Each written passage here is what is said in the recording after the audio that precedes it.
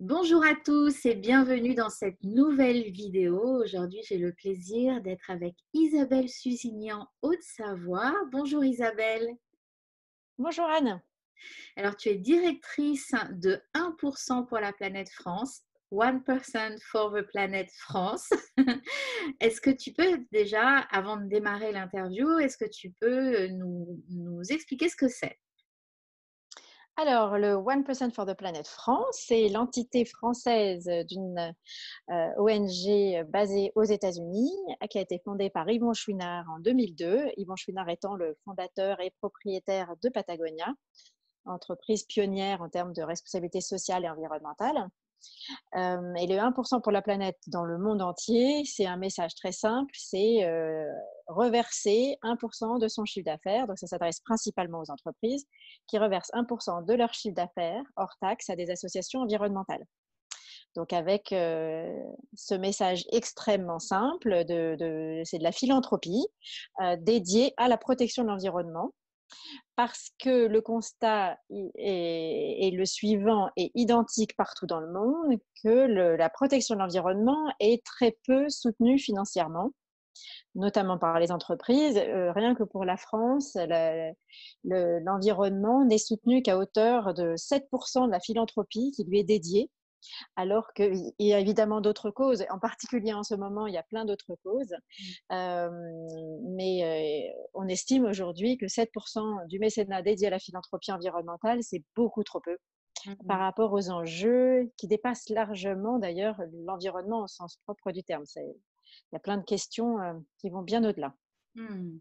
Donc le 1%, c'est une organisation à but non lucratif, y compris la version française, qui s'adresse principalement aux entreprises pour leur demander d'être philanthropes. Et en échange de cette philanthropie, à hauteur d'1% de leur chiffre d'affaires, elles peuvent afficher le petit logo que tu as derrière toi et qui est aussi derrière mon téléphone, mais que je ne peux pas retourner. Ça leur permet de montrer, d'afficher leur philanthropie. Ça permet aux consommateurs de voir que cette entreprise est philanthrope. Et ça leur permet en fait d'avoir une tierce personne qui vérifie, puisque nous vérifions tous les ans la philanthropie et que le logo veut dire quelque chose. Et c'est que le membre qui s'est engagé respecte bien cet engagement. Mhm. Alors, comment ça se passe pour vous aujourd'hui? Je sais que tu habites pas très loin du bureau, hein. Vous êtes quatre dans l'association, c'est On ça? est 6 maintenant, Vous êtes on est six, même 6. vous êtes Mm. six à travailler. Donc, pendant ce confinement, comment ça se passe? Comment vous travaillez? Eh bien, on travaille évidemment tout à distance. On utilisait d'ailleurs déjà un certain nombre d'outils, de plateformes de gestion de projet. Donc, on a juste accentué ça. Et voilà, on est en télétravail, chacune chez soi. Et puis, donc ça ne change pas énormément sur la mission qu'on mène de toute façon. C'est juste qu'on se voit moins et forcément, enfin, comme tout le monde, un côté humain qui est diminué. D'accord. Donc, vous êtes quand même resté actif dans l'association. Voilà. Ah, bien sûr, oui, oui, oui. Ce qui est assez intéressant est-ce que ça peut être interprété comme un signal faible positif, c'est que on voit toujours un certain nombre de demandes d'entreprises qui veulent continuer à nous rejoindre. C'est-à-dire que le confinement n'a pas du tout arrêté l'intérêt que peuvent avoir les entrepreneurs et les entreprises à rejoindre le 1%. Au contraire, il y en a toujours qui veulent nous rejoindre. Il y en a peut-être, on va peut-être avoir une fréquence un petit peu moins importante parce qu'on était sur une telle croissance que voilà, on a doublé chaque année depuis 2-3 ans. Donc là, ça s'est peut-être un peu ralenti, cette croissance est un peu ralentie. Toutefois, on continue à avoir des demandes, mais tous les jours, il y a des entrepreneurs qui souhaitent nous rejoindre en ayant bien conscience de la difficulté économique qu'ils sont en train de vivre. Mhm. Donc, je dirais chapeau Mhm. parce que ça continue. Donc, c'est juste formidable et c'est un bon signal. Ça veut dire aussi que, à mon avis, hein, qu'il y a une prise en compte du facteur environnemental dans un changement qui est à venir au sein des entreprises. Hmm. Ben oui, ben, en tout cas, c'est une bonne nouvelle. Je ne savais pas. C'est super. Je suis bien contente que ça continue, qu'on continue d'avoir de nouveaux membres. Donc, moi, j'en fais partie. Toi, tu es aussi maman de 2 enfants. Alors, comment ça se passe? En même temps, tu fais maîtresse d'école et en même temps, tu travailles avec ton conjoint. Oui, Comment ça s'organise dans la maison? c'est vrai que c'est une période inédite que la famille vit en ce moment. Donc, on s'est transformé en maître et maîtresse d'école, et ça, c'est le matin. Et puis, donc, on se partage le temps d'éducation scolaire auprès des enfants. Et puis, d'ailleurs, tu vois que je suis interrompue d'ailleurs par Gabriel. Non, je peux pas te parler maintenant, mon chéri. Donc voilà, c'est des choses qu'on ne vit évidemment pas au bureau. Donc voilà, on fait comme tout le monde, on saucissonne la journée entre une période dédiée aux enfants pour l'éducation, pour maintenir un niveau d'éducation qu'on espère à la hauteur, et puis tout le reste de la vie professionnelle qui continue aussi. Donc c'est un partage des tâches, accentué. Donc, j'imagine que tu es en maison en Haute-Savoie, que du coup, vous n'avez pas trop de problème d'espace. Vous arrivez à chacun avoir votre espace de travail. Absolument, bien sûr. C'est une grande chance. C'est à partir du moment où on a fait le choix de vivre à la campagne, on est en cas de confinement comme ce qui se passe, on est chanceux. On peut aller dehors dans le jardin. Les enfants peuvent construire une cabane et faire du vélo dans le jardin. Donc ça change tout. Et c'est pas la même le mot confinement n'a pas le même sens pour tout le monde. Hmm. Est-ce que le fait d'avoir des images satellites de comment se transforme la nature avec le confinement, qui est quand même la bonne nouvelle, c'est que quand même on a beaucoup moins de pollution. Est-ce que ça, tu penses que ça a amené les nouveaux entrepreneurs à venir frapper à la porte de l'association pour dire qu'ils voulaient mettre leur chiffre d'affaires? Est-ce que ça les a incités à venir? Est-ce qu'ils t'en parlent? Je dirais que oui, a priori,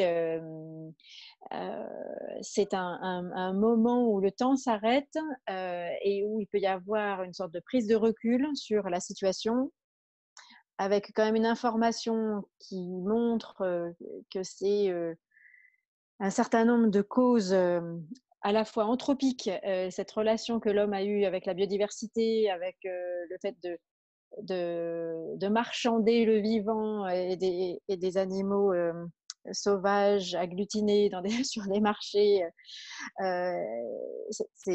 qui aurait provoqué cette situation-là, doublée à une mondialisation et des échanges qui ont fait que ça s'est démultiplié à vitesse grand V. Je pense qu'on a tous accès à cette information-là Mm. et qu'on a tous un cerveau qui réfléchit et qui, du coup, se dit que maintenant, il va falloir éviter ça. Donc, comment est-ce qu'on évite ça? Comment est-ce qu'on ne reproduit pas les mêmes erreurs, chacun à son niveau? Et je suis certaine que nous, à notre niveau, au niveau du 1% pour la planète, on ne voit qu'un tout petit bout de la lorgnette. Donc, le fait qu'il y ait des entrepreneurs qui continuent à vouloir être actifs vis-à-vis de leur entreprise en étant philanthropes et en redonnant à des associations environnementales, c'est très bien. Mais à mon avis, ça, c'est juste toute petite partie de l'iceberg. Et je pense que ça va bien au-delà. Et en tout cas, je veux y croire et que ça va appeler à un changement beaucoup plus important que ça va être au niveau de la famille, la famille, les liens familiaux évidemment, mais les consommations des familles sur les différents achats, son approvisionnement. Euh, je souhaite de tout cœur qu'on ait tous envie de relocaliser l'économie et d'avoir un bon sens assez terrien qui revienne de manière plus générale. Hmm. Une nouvelle façon de consommer locale euh, Oui, vraiment, je pense que ça va susciter une accélération de la prise de conscience qui était déjà palpable. hmm. Est-ce qu'elle sera suffisante, cette accélération? Est-ce que le business as usual va reprendre de manière tellement forte que ça risque peut-être de nous décevoir? J'en sais rien, mais je suis quand même optimiste sur la capacité de l'être humain à apprendre de ses erreurs. Mmh. Ouais, ouais.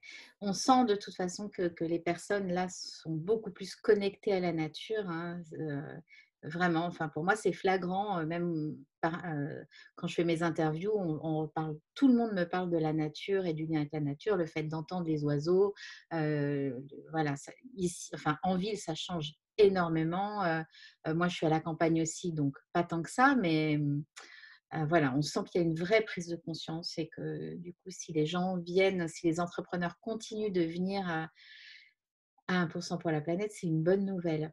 Alors, toi qui es très en lien avec les associations, comment se portent-elles en ce moment? Alors, écoute, je n'ai pas encore fait le tour des associations. On doit leur parler cette semaine. Donc, on organise un webinaire auprès des associations du réseau qui sont au nombre d'un peu plus de 500 associations. Donc, les associations, elles sont touchées de la même manière que nous tous. Elles ont forcément un certain nombre de soutiens financiers qui sont moins importants et donc des ressources moindres et donc un besoin d'aller chercher ailleurs des ressources, mais elles sont aussi soutenues par l'État de la même manière que les entreprises, me semble-t-il. Après, notre façon de les soutenir comment dire, fait partie intrinsèque de notre mode opératoire. On a toujours l'appel à projet qui est sur les rencontres associations et philanthropes. Il vient de se clôturer. On a rajouté une semaine pour que les associations puissent candidater et puissent faire en sorte qu'elles puissent malgré le confinement et avec pour certains moins de temps de travail disponible, qu'elles puissent quand même candidater. On a eu encore plus de demandes que les années précédentes. Ok. Donc, bon signe ou pas, hein. Après, nous, on est content d'avoir plein de très bons projets qui sont déposés. On a eu 138 projets qui ont été déposés en ligne et qu'on est en train de relire. Notre rôle, c'est vraiment de continuer à les soutenir, à accélérer leur financement. Et les rencontres associations philanthropes sont ce fabuleux outil pour cela. Quand est-ce qu'ont lieu les prochaines rencontres, hein, Isabelle? Donc, les prochaines rencontres associations et philanthropes, qui sont l'événement clé du 1% et même de la philanthropie environnementale française, on peut dire, ces rencontres se déroulent à Paris les 6 et 7 octobre. Donc, on croise les doigts que tout Oui. aille bien. Et de toute façon, on est même en train de penser à un plan B si jamais ça ne pouvait pas fonctionner. Mais ça aura lieu. D'une manière ou d'une autre, ça aura lieu. Et cette accélération du mécénat environnemental doit avoir lieu parce que pour les associations, cet événement, c'est une perspective vitale d'oxygène. Donc, il aura lieu. Mmh mh. Bah, moi, j'ai envie de dire que c'est, effectivement, de l'oxygène, pour les associations, mais aussi pour les entreprises qui les soutiennent, parce que c'est un moment vraiment d'échange où ils se rencontrent en présentiel et vraiment quand on voit, l'enthousiasme, qu'on voit tout ce qui s'est passé pendant ces 2 jours, l'année dernière, c'était vraiment phénoménal, quoi. Il y a beaucoup aussi de prise de conscience et aussi on apprend plein de choses de ce qui se passe sur le terrain puisque les associations sont sur le terrain. Et c'est vrai que c'était assez extraordinaire comme événement. Qu'est-ce que tu as ressenti au moment quand le virus est arrivé, quand il y a eu ce confinement est-ce que tu as eu un moment de panique? Comment tu t'es sentie? Alors, j'ai pas eu un moment de panique. On est passé, enfin, je suis passée par des phases, je pense un peu comme tout le monde, de surprise, de sidération enfin, c'est assez cyclique, hein, je pense que et de peur. Puis après d'acceptation, de, de confiance dans l'avenir quand même, voilà, de joie de partager des moments que je n'aurais pas forcément partagés si ce confinement n'aurait pas eu lieu, de confortation de certains choix de vie. C'est assez hybride comme sentiment. Je pense qu'on passe tous par là. Mmh. Et après, mais c'est vrai qu'il y a un moment probablement de sidération important au début qui se transforme en qu'est-ce qu'on fait et ben voilà, ben, on continue à garder la même ligne de mire et à donner tout ce qu'on peut pour la cause qu'on défend. Et au niveau de tes enfants, comment ils ont pris la chose? Alors mes enfants, ils ont 7 et pas encore 10 ans, mais bientôt. Leur sentiment est partagé. Bon, pour, Gabriel qui a 7 ans, il exprime assez peu en fait, ses sentiments sur, la situation. Lui, il trouve ça plutôt sympa d'avoir, papa et maman à la maison pour faire l'école et avoir finalement plus de temps pour jouer. Donc lui, il est plutôt content et a priori, il n'exprime pas d'anxiété. Amandine est un peu plus inquiète. Elle se rend compte que, donc elle a presque 10 ans, elle se rend compte que la situation, qui est certes relativement paradisiaque pour un enfant qui vit à la campagne, et donc c'est plutôt une addition de liberté, une acquisition de liberté dans les jeux, dans la capacité, voilà, à partir au fond du jardin pour construire une cabane sans être sans arrêt surveillée. Mais elle se rend compte aussi que s'il n'y a pas école, c'est qu'il y a quelque chose de grave qui se passe. Voilà, s'il y a quelque chose de grave, bah, voilà, il faut peut-être se poser des questions. Donc, elle est quand même sensible à ça. Et elle m'a dit quand même l'autre jour, je l'ai noté, que l'avantage avec le confinement, c'est qu'il y avait moins de voitures. Tu sais, maman, il y a moins de voitures, donc ça, c'est bon pour la nature. Donc, j'ai trouvé ça sympa, cette façon de positiver. De toute façon, notre rôle, c'est aussi de les rassurer Ouais. sur, sur l'après et sur le fait que c'est pour un bien-être commun qu'on est en train de travailler aujourd'hui tous pour que cette situation ne se reproduise pas trop. Ok, bah écoute, je te remercie beaucoup. Je vais te rendre à tes enfants, hein. Ça doit être l'heure du goûter.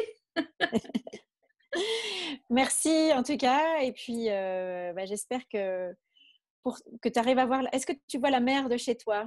Non, je vois Est-ce que pas la mer de chez moi, je l'entends. mince, ah, tu l'entends, c'est déjà bien. Et tu dois la sentir aussi. Oui, Donc, tu as quand même un élément, un élément dont tu sens la présence, c'est important. ah oui, je sens sa présence, c'est sûr, mais je ne Bon, peux pas la voir là. bon. Écoute, j'espère qu'on arrivera à revoir l'océan bientôt et que d'autres verront la montagne qu'on a nous sous les yeux euh, pour partager ces trésors. Anne, Ouais, merci beaucoup. Puis ouais, n'hésite pas à me dire si tu as d'autres questions. ok. Merci beaucoup, Isabelle. On reste Merci. en lien de toute façon. Oui, À bientôt. Au merci revoir Anne. à À tous. bientôt.